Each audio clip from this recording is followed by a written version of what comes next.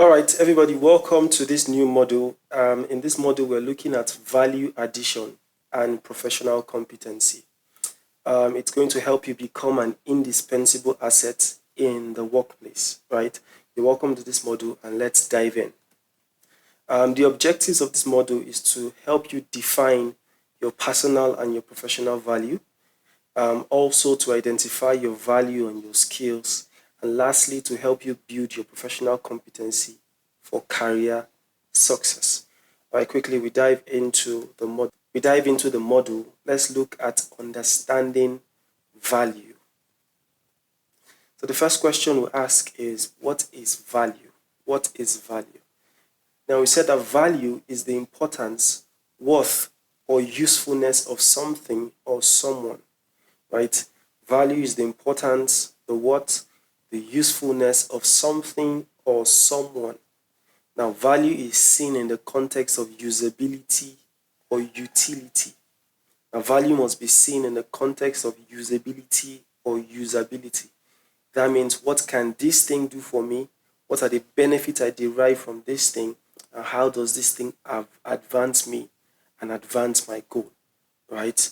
So when we talk about the subject of value, we're talking about the importance, we're talking about the worth, we're talking about the usefulness of something or even someone, right? In the workplace, value is seen as what you contribute and the impact you create, right? Your value in the workplace is seen as what you contribute and the impact you create in the workplace, right? The world pays you for the problem you solve. It's important to note that the world will always pay you for the problems you solve, for the impact you create, for what you contribute. And so when we talk about value, right, in the workplace, we're talking about your contribution and the impact you create in the workplace. Now let's look at your personal value and your professional value. When we talk about personal value, we're talking about character, integrity, your mindset, and other personality values you bring to the workplace, right? These are different from your professional values, right? Your personal values, your character, your integrity, your mindset, your moral skills, and all of that. Those are your personal values. But when we talk about professional values, we're talking about your skills, your knowledge, your capacity, your results, right? You need to take note of this, right? It's not okay to only bring your personal values. You must also bring your professional values to the workplace, right? Employees or employers do not hire just your CV. They hire your value, right? You must be a value provider. You must be somebody who has both personal values and professional values, right? These two are important. You cannot negotiate one for another, right? You must bring in your personal values and your professional values. Again, when we talk about personal values, we're talking about your character, your integrity, your mindset. And then when we talk about professional values, we're talking about your skills. What skills do you have? What skills do you bring to the table, right? What capacity do you bring? What proficiency do you bring, right? And then what knowledge do you bring and what skills do you bring? Right? In the King Leadership Network, we have a quote where we say, life would always separate everything and everyone into cadres of value. Life is not biased in any way. Life would always separate everything and anyone into different cadres of value. Now, let's look at how companies measure values, right? Because after your NYSC, you're going to be transitioning into the work-life career, either business, entrepreneurship, or employment, right? You must understand how companies measure value, right? In the world of business, at the end of the day, value is always measured in monetary terms. It's important you understand this. Value would always be measured in monetary terms, right? Let's look at an example, right? If the effect of staff A's work brings in 1 million naira monthly, while the effect of staff B's work brings in 3 million naira monthly, who do you think is more valuable?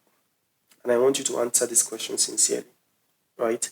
Now, if the effect of staff A's work brings in 1 million naira monthly, while the effect of staff B's work brings in 3 million naira monthly, who do you think is more valuable to the organization? Obviously, without even thinking, we know that staff B is more valuable than staff A to the context of the organization because of the results that staff B is bringing to the organization. So you must understand that in the world of business, in the world of work, at the end of the day, your value must be measured in monetary units, right? Whether you're a graphic designer, you're a virtual assistant, you're a tech, and you're a techie, whatever you are, your value would always be measured in monetary units. And let's also look at how company measures value. We said that your ability to solve problems, your ability to deliver results consistently, right? Consistently is the key word there. Your ability to deliver results consistently, your ability to innovate, your ability to be creative, right? Your ability to leave positive impact on your team members, right? We're looking at growth and adaptability, positive influence on your team members, your ability to increase the organization's revenue, right? This is how companies measure value. This is how companies separate different staff members into cadres of value, right? So you have to be somebody who solves problems. You have to be somebody who delivers results consistently. You have to be somebody who is innovative and creative. You have to be somebody who leaves a positive impact on your team members. Also, you have to be someone of growth and adaptability. And this is where so many people miss it, right? They don't embrace growth and adaptability. And also, you must be able to be somebody who increases the revenue of the organization. You have to think in this way: how do I increase the revenue of my organization, right? The employer's mindset, in the mind of the employer, he's always asking himself, what can this person bring to my organization, right? How can this person advance my business goals, right? So what you need to ask yourself is, what can you bring to the organization, right? What can you bring to the organization that can advance, the employer's goals? What can you bring to the organization? What skills can you bring? What experiences can you bring to advance the business goals, right? If you can communicate this, you will thrive in employment. If you can communicate this, you will thrive in any sphere of life you find yourself, right? You need to ask yourself these questions, right? What skills and what experiences do I bring?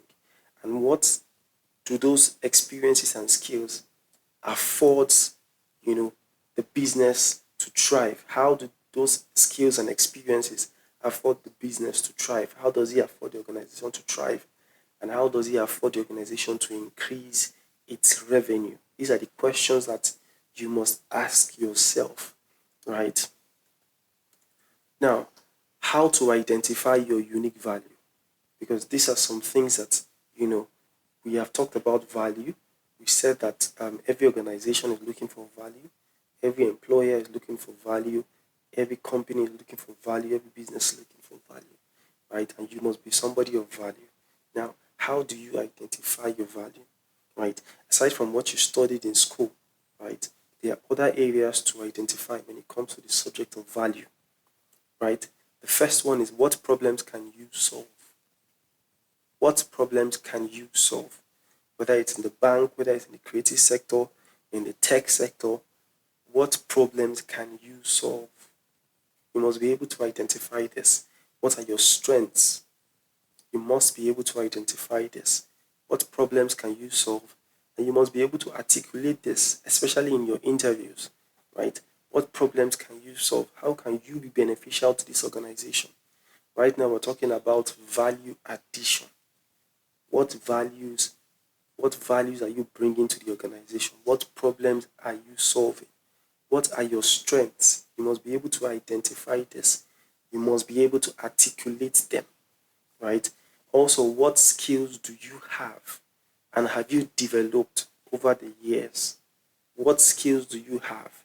You must be somebody who is not just, theoretical, somebody who is not just, you must be somebody who goes beyond the scope of what you were taught in school, right? In the world of work now, we no longer dwell on just academic, excellence. There are multiple other areas, that businesses look at. Are you somebody who have experience in organizing teams, in leadership, in media, in technology? What are your skills? What skills do you bring to the table? What skills do you have that also complement your academic skills? And these are the things you need to ask yourself, right? So what problems can you solve? What are your strengths? And then what skills have you developed? It's important that you know that in the world of work today, employers look beyond academic skills.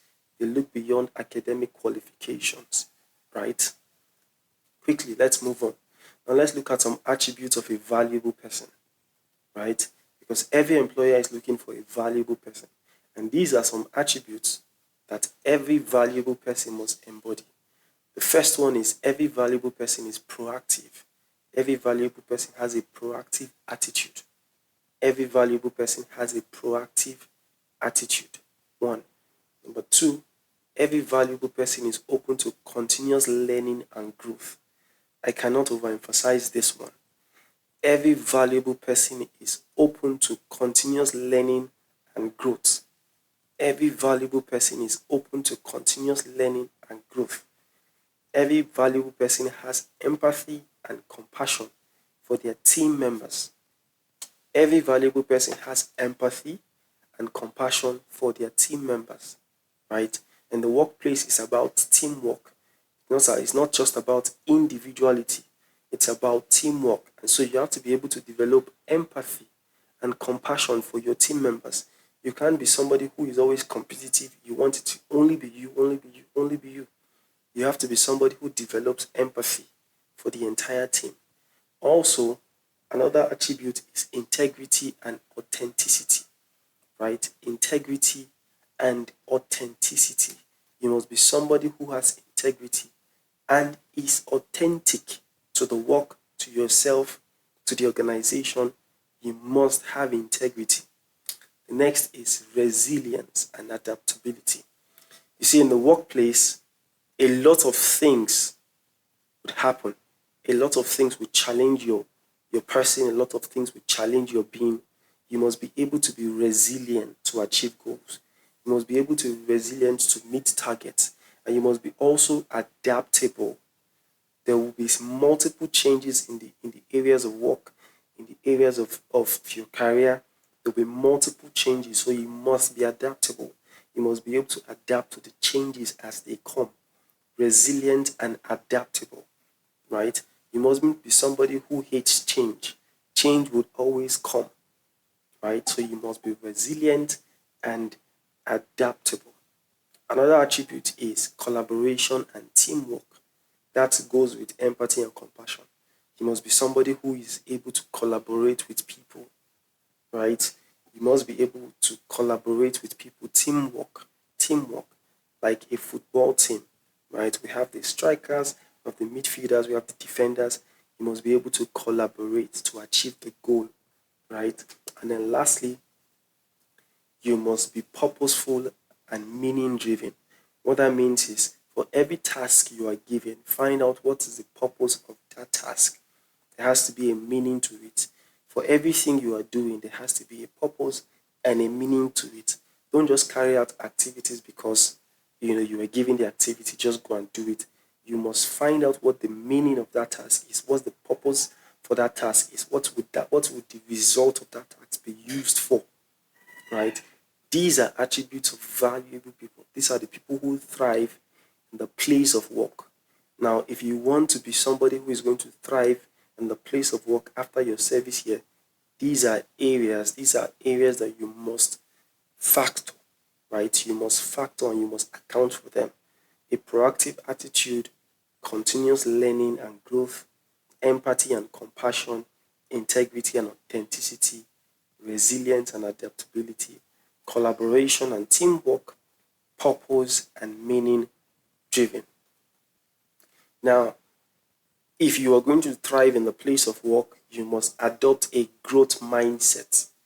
So you must adopt a growth mindset. What that means is you will always be committed to building and improving yourself, right? You must be somebody who is always committed to improving and building yourself. Value is built, not born, right? Value is built. You build value. You build value. You grow in value. What I wrote here is continuous improvement is equal to continuous value. So you increase in value, you grow in value, you build yourself in value. So you must be somebody who has a growth mindset to continuously increase in learning and increase in value, right? So quickly, there's a quote here. It says, success is not something you pursue. It is something you attract by the person you are becoming. The more you grow, the more you succeed. The more you grow, the more you achieve success, right? So your goal in life is to grow, to keep on growing in knowledge, keep on growing in wisdom, keep on growing in skills, keep on growing in experiences and all that, right? So I'll see you in the next video.